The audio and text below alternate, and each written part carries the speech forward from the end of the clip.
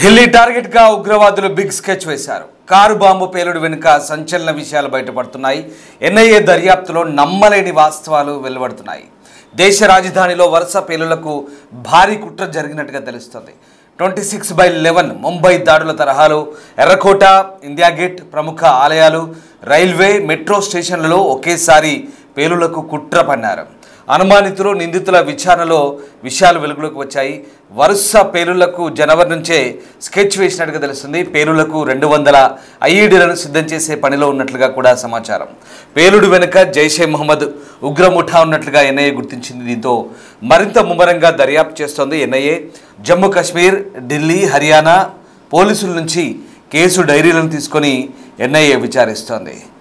ఢిల్లీ పేలుళ్ల తర్వాత ఒక్కసారిగా జాతీయ భద్రతా దర్యాప్తు సంస్థ ఎన్ఐఏ చేపట్టిన విచారణలో అనేక వాస్తవాలు బయటపడుతున్నాయి. మొన్న ఫరీదాబాద్ డాక్టర్స్ టెర్రర్ గ్రూప్ ఏదైతే ఉందో అక్కడి నుంచి వెలువడ్డ అంశాల ఆధారంగా ఎన్ఐఏ దర్యాప్తులో అనేక విస్తుగొల్పే అంశాలైతే బయటపడ్డాయి. వాస్తవానికి జమ్మూ కాశ్మీర్, హర్యానా అలాగే ఢిల్లీ ఈ కారిడార్ను చేసుకొని వీళ్ళంతా కూడా కుట్రలకు తెరలేపారన్నది ఎన్ఐఏ అధికారుల వాదన. అది కూడా సరిగ్గా 26/11 సరిగ్గా ముంబై పేలుళ్ల తరహాలోనే దేశ రాజధానిలో వరుస పేలుళ్లకు ఉగ్రవాదులు కుట్రపడినట్లుగా విశ్వసనీయ వర్గాలు సమాచారం అందింది. వీరిలో టార్గెట్ లిస్టులో ఎర్రకోటతో పాటు ఇండియా గేట్ వంటి ఇతర ప్రముఖ కట్టడాలు కూడా ఉన్నట్టుగా దర్యాప్తు వర్గాలను ఉటంకిస్తూ కొన్ని వార్తలైతే వస్తున్నాయి. ఇందుకోసం భారీగా బాంబులు కూడా తయారు చేసినట్లుగా పేర్కొన్నాయి. ఎర్రకోట దగ్గర పేలుడు ఘటనపై ముమ్మరంగా దర్యాప్తు సాగుతుంది. అందులో భాగంగా అనుమానితులు, నిందితులను విచారించి వారి నుంచి కూపీ లాగుతున్నారు. పేలుడు కారణమైన ఈ డాక్టర్స్ టెర్రర్ మాడ్యూల్ వెనుక పాకిస్తాన్ కేంద్రంగా పనిచేస్తున్న జైషే మహమ్మద్ ఉగ్రముఠా ఉన్నట్టుగా ప్రాథమికంగా గుర్తించారు. వరుస పేలుళ్ల కోసం దేశ రాజధానిలో ఉగ్రవాదులు జనవరి నుంచి వ్యూహరచన చేసినట్లుగా విచారణలో తేలినట్టు తెలుస్తోంది. ఈ టెర్రర్ మాడ్యూల్ అత్యంత శక్తివంతమైన 200 ఐఈడీలను సిద్ధం చేసే పనిలో కూడా ఉన్నట్టుగా ఆ దర్యాప్తులో వెల్లడైంది. ఎర్రకోట, India gate, constitution club, Gauri Shankar ఆలయం దాంతో సహా దేశవ్యాప్తంగా కొన్ని major railway station, shopping malls దగ్గర పేలుళ్లకు పాల్పడాలని వీరు కుట్ర పడినట్టుగా దర్యాప్తులో వెల్లడైంది.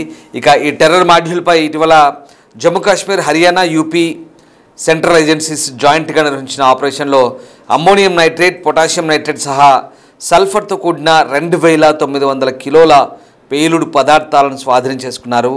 ఇక ఢిల్లీలో పేలుడు జరిగిన ప్రాంతం నుంచి 40 నమూనాలను ఫోరెన్సిక్ అధికారులు సేకరించారు. ఇందులో కూడా అమ్మోనియం నైట్రేట్ ఆనవాళ్ళతో కూడిన అత్యంత శక్తివంతమైన మరొక పేలుడు పదార్థం కూడా ఉన్నట్లుగా అనుమానిస్తున్నారు.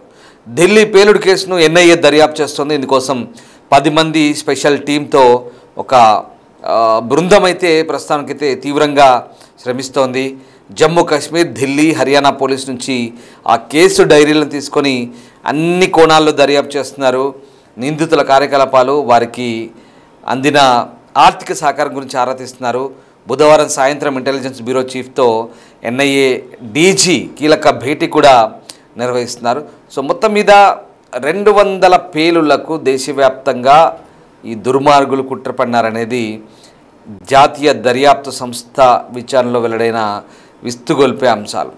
ఇవన్నీ కూడా 26/11 ముంబై దాడులు ఏ రకంగా జరిగాయో ఆ రకంగా దేశ రాజధాని ఢిల్లీలో పేలుళ్లకు వరుస పేలుళ్లకు కుట్రపడినట్టుగా తెలిసింది. మొన్న జరిగిన ఎర్రకోట పేలుల్లో దాదాపు 13 మంది మరణించారు, అనేక మంది గాయపడ్డారు. వీళ్ళందరూ కూడా ఈ పేలుళ్లకు పాల్పడ్డ ఆ ముగ్గురు దాదాపుగా ఆ కారులో ఉన్నట్టుగా తెలిసింది. ఆ ముగ్గురులో డాక్టర్ ఉమర్ ఎవడైతే ఉన్నాడో పేలుడు సమయంలో I-20 వాహనాన్ని నడిపిన ఆ డాక్టర్ ఉమర్ ఎవడైతే ఉన్నాడో 10 రోజుల ముందు ఆ కారు కొనుగోలు చేసి అండర్ గ్రౌండ్ వెళ్ళినట్టుగా తెలుస్తోంది. సో దేశ రాజధాని ఢిల్లీలోని లాల్ కిలా సమీపంలో జరిగిన I-20 కారును ఆ డాక్టర్ ఉమర్ నబీ అనేవాడు 10 రోజులకు ముందు కొనుగోలు చేసి అక్టోబర్ 29న ఆ కారును కొనుగోలు చేసి వెంటనే పొల్యూషన్ సర్టిఫికేట్ తీసుకున్నాడు, కాలుష్య నియంత్రణ ధృవపత్రం తీసుకున్నాడు. ఆ తర్వాత అండర్ గ్రౌండ్ వెళ్ళిపోయిన తెలిసింది. కారు ఎక్కడుందో ఖచ్చితంగా అయితే తెలియదు. కానీ ఈ కారు పేలుడుకు ముందు 10 రోజులుగా అల్ ఫలా యూనివర్సిటీ దగ్గర ఉన్నట్లు సామాజిక మాధ్యమాల్లో ప్రచారం జరుగుతున్నప్పటికీ కూడా పోలీసులు మాత్రం అక్కడ లేరని చెప్తున్నారు. మరి ఎక్కడికి వెళ్ళాడు, ఈ 10 రోజులు ఏం చేశాడు, ఇదే ఇప్పుడు అంత చిక్కని ప్రశ్న. ఈ పొల్యూషన్ సర్టిఫికేట్ తీసుకున్న టైంలో అయితే 3 వ్యక్తులు కారు నుంచి బయటకు వచ్చారు. వారు ఎవరనే కోణంలో పోలీసులు ఆరా తీస్తున్నారు.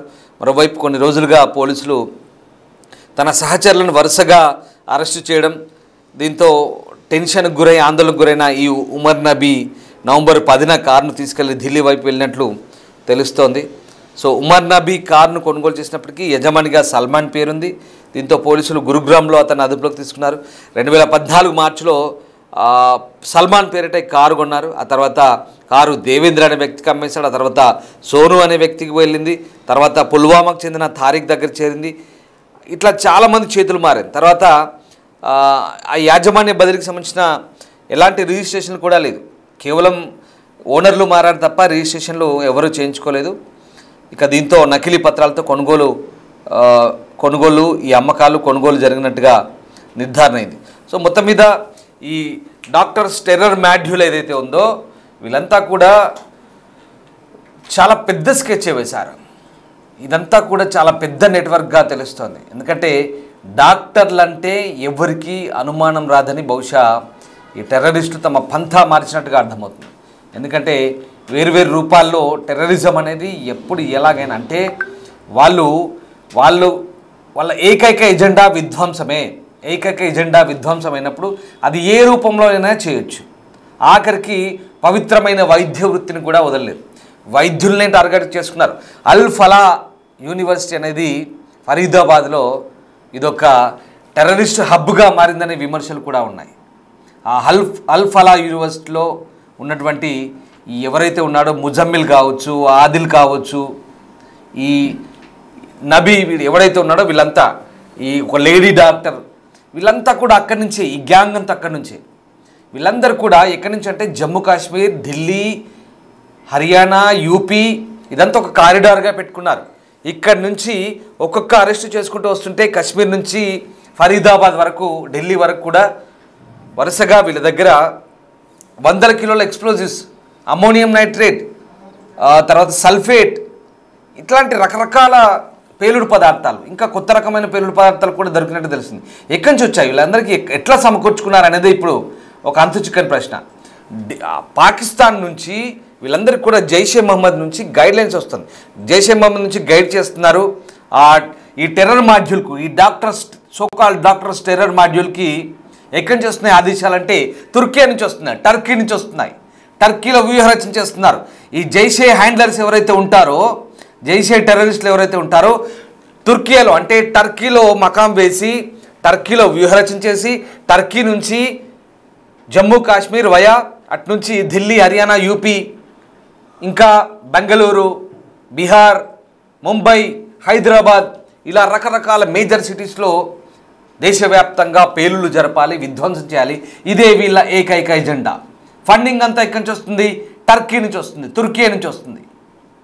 ఇది కేవలం భారత్లోనే కాదు, బంగ్లాదేశ్లో కూడా ఈ జమాతుల్ అనే కార్యాలయానికి టర్కీ నుంచే ఫండింగ్ వస్తుంది. అంతేకాదు మొన్న ఆపరేషన్ సింధూర్లో మనపైన పోరాటానికి కూడా టర్కీ వాళ్ళే డ్రోన్లు ఇచ్చారు, టర్కీ వాళ్ళే కొన్ని మిసైల్స్ కూడా ఇచ్చారు చిన్నపాటి. కేవలం యుద్ధ సామాగ్రిని సమకూర్చడమే కాదు, అక్కడ నుంచి టెక్నీషియన్లు కూడా వచ్చి డ్రోన్లు మన మీదకి ఎగరేశారు, యుద్ధంలో ప్రత్యక్షంగా పాల్గొన్నారు టర్కీకి చెందిన దుర్మార్గులు. ఏమైనంటే ఇస్లామిక్ బ్రదర్హుడ్ పేరుతో పాకిస్తాన్కు సహకరిస్తామంటారు. పాకిస్తాన్ చేసే దురాగతాలకు, అరాచకాలకు వంతపాడుతూ టర్కీ ఒక ద్రోహిగా మిగులుతోంది. దీనంతరికి కూడా టర్కీలో వ్యూహరచన చేస్తే ఢిల్లీలో పాచికలు వేద్దామని వీళ్ళ ప్లాన్. ఇది చాలా పెద్ద స్కెచ్. ఈ స్కెచ్ ఎంతలా ఉందంటే దాదాపు 200 పేలుడు పదార్థాలను, 200 ఐఈడి పేలుడు పదార్థాలను తయారు చేసి దాన్నంతటినీ కూడా 26/11 ముంబై అటాక్స్ ఎలా అయినాయో, సిఎస్టీ అలాగే తాజ్ ఇంకా ముంబైలోని చాలా ప్రాంతాల్లో ఎలా అటాక్స్ అయినా వరుసగా కరాచీ నుంచి సముద్ర మార్గం ద్వారా వచ్చి వరుసగా ఎలా చంపుకుంటూ వెళ్ళారో దాదాపు 167 మందికి పైగా, 200 మందికి పైగానే అంటారు. సో వీళ్ళందరినీ ఎలా చంపారో అలాగే ఢిల్లీలో కూడా ఎర్రకోట, ఇండియా గేట్, అలాగే చాలా గోపురాలు, గుళ్ళు ఉన్నాయి. ఢిల్లీలో చాలా మార్కెట్లు ఉన్నాయి. ఇలాంటి ప్రముఖ ప్రదేశాల్లో దేశ రాజధాని నేషనల్ క్యాపిటల్ ఢిల్లీలో వరుస పేలులకు కుట్రలు జరిపారనేది చాలా క్లియర్. ఎప్పుడైతే ఫరీదాబాద్లో వీళ్ళంతా పట్టుబడ్డారో ఆ డాక్టర్ సోకాల్ డాక్టర్ ఎవరైతే ఉన్నారో ఆమె ఆ డాక్టర్ లేడీ డాక్టర్ని పట్టుకున్నప్పుడు ఆమె ఈ జైషే మహమ్మద్ ఉమెన్ వింగ్కి ఆమె ఇండియా చీఫ్ అట. సో ఆమె ద్వారా మొత్తం వ్యవహారాలన్నీ బయటకు వచ్చాయి, రకరకాల అంశాలు బయటపడ్డాయి. అంతెందుకు మన హైదరాబాద్లో రాజేంద్ర నగర్లో దొరికిన ఈ మొయినుద్దీన్ అనే వీడు ఒక డాక్టరే. వీళ్ళందరూ కూడా ఈ డాక్టర్ టెర్రర్ మాడ్యూల్ ఏదైతే ఉందో, డాక్టర్లు అయితే ఎవరికి డౌట్ రాదు, పవిత్రమైన వైద్య వృత్తిలో ఉంటారు, అందరికీ సేవ చేస్తారు, అందరికీ అందుబాటులో ఉంటారు. పైగా ఏదైనా జబ్బు వచ్చినా రోగం వచ్చినా వాళ్ళ దగ్గరికి పోతాం కాబట్టి డౌట్ రాదు ఎవరికి. సో ఆ రకంగా వీళ్ళందరినీ కూడా ఈ రకంగా టెర్రరిస్టులుగా తయారు చేసి డాక్టర్ టెర్రర్ మాడ్యూల్గా తయారు చేసి మన దగ్గర దొరికిన రాజేంద్ర నగర్లో దొరికిన డాక్టర్ అయితే వాడు ఇంకా దారుణం. వాడు కంప్లీట్గా ఆముదం వ్యర్థాలు ఏదైతే ఉంటాయో దాని నుంచి రైజిన్ తయారు చేసి ఆ విష పదార్థాలను ప్రసాదాల్లో, అలాగే ఫుడ్ కోర్ట్లలో, ఆహార పదార్థాల్లో, గుళ్ళు గోపురాల దగ్గర, మార్కెట్ల దగ్గర దాన్ని స్ప్రెడ్ చేసి జనాల్ని చంపుదామని ప్లాన్. అంటే దుర్మార్గం. ఎక్కడ ఎలాగైనా సరే జనాల్ని చంపాలి, విధ్వంసం చేయాలి, ఇదే వీళ్ళ ఏకైక ఎజెండా. సో ఢిల్లీ, హర్యానా, జమ్మూ కాశ్మీర్ పోలీసుల నుంచి ప్రస్తుతం ఎన్ఐఏ దర్యాప్తులో ఇవన్నీ కూడా విస్తుగొల్పే అంశాలు బయటపడ్డాయి. ఈ మొత్తం అంశాలని ఒక్కసారిగా క్రోడీకరించుకొని వీళ్ళంతా కూడా ఈ మొత్తం పేలులకు ఢిల్లీని కేంద్రంగా చేసుకొని దాదాపు 200 ఐఈడీలను తయారు చేసి పేలులు జరుపుదామని ప్లానింగ్ వేసుకున్నట్టుగా తెలుస్తుంది. సో మొత్తం మీద ఈ మొత్తం వ్యవహారానికి సరిగ్గా వ్యూహరచన అంతా కూడా ఓవరాల్గా టర్కీ నుంచి జైషే హ్యాండర్లతో సమావేశమై కుట్రకు తుదిరూపించినట్టు కూడా దర్యాప్తులో వెల్లడైంది. వాస్తవానికి దీపావళి పండుగ సమయంలోనే జనసమ్మర్దం ఉన్న ప్రదేశాల్లో దాడులు చేయాలని ప్లాన్ చేసినప్పటికీ అది ఫెయిల్ అయింది. తర్వాత ఇప్పుడు చేశారు, మొన్న చేశారు. ఇప్పుడు ఇది 10వ తారీఖున దీపావళి రోజే చేద్దాం అనుకున్నారు కానీ కుదరలేదు. సో 10వ తారీఖున చేద్దాం అనుకున్నారు. 10వ తారీఖున వాస్తవానికి అది రవాణా చేస్తుండగా దాని రవాణాకు చేస్తుండగా పేలిపోయిందని కొన్ని వాదనలు ఉంటే పక్కాగా అది ఒక ఆత్మాహుతి బాంబర్ కానీ మనకు అర్థమవుతుంది, ఆత్మాహుతి దాడి కానీ అర్థమవుతుంది. అందులో ఉన్న నబీ ఎవడైతే ఉన్నాడో సరిగ్గా సిగ్నల్ దగ్గర రాగానే కారును నెమ్మదిగా పోనిచ్చు. ఇంకా అక్కడ దగ్గరలోనే ఈ ఎర్రకోటకు దగ్గరలోనే ఒక మందిర్ ఉంది, మసీద్ ఉంది, ఒక గురుద్వారా ఉంది, ఇవన్నీ ఉన్నాయి. అంటే జనసబ్బర్ధం చాలామంది ఉన్నారు. అప్పటిదాకా 3 గంటలు తిరిగాడు వాడు.